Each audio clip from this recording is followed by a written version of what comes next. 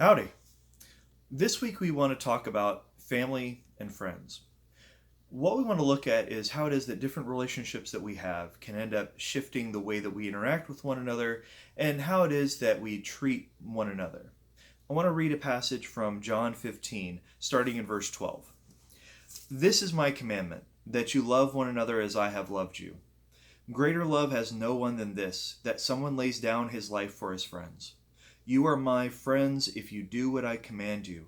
No longer do I call you servants, for the servant does not know what his master is doing.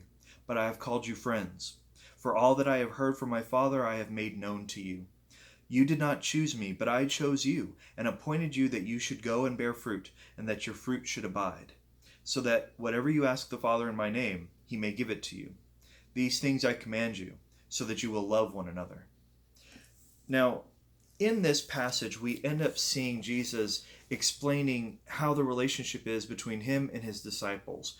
And we're seeing that it's not quite the rabbi-student relationship that we had seen in other historical contexts.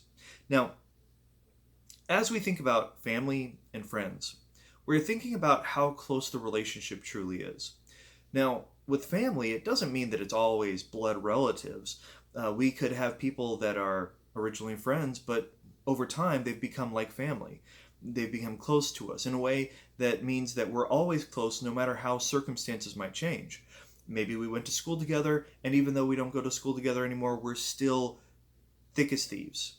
Whenever we can see each other, whenever we can talk to each other, we're always going to be close. We're always going to have that love for one another.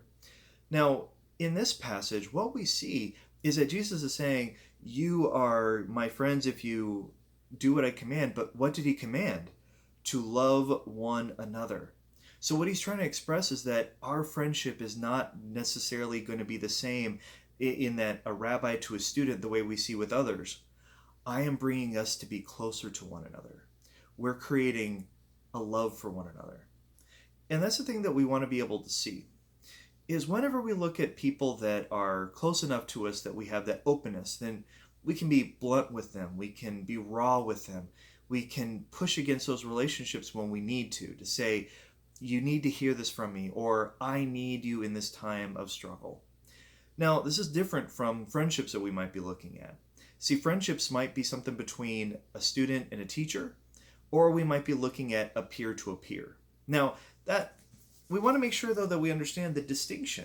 Because the thing is that a student to a teacher, that is a type of friendship, even though it is a relationship that's not going to be the same as a peer to a peer.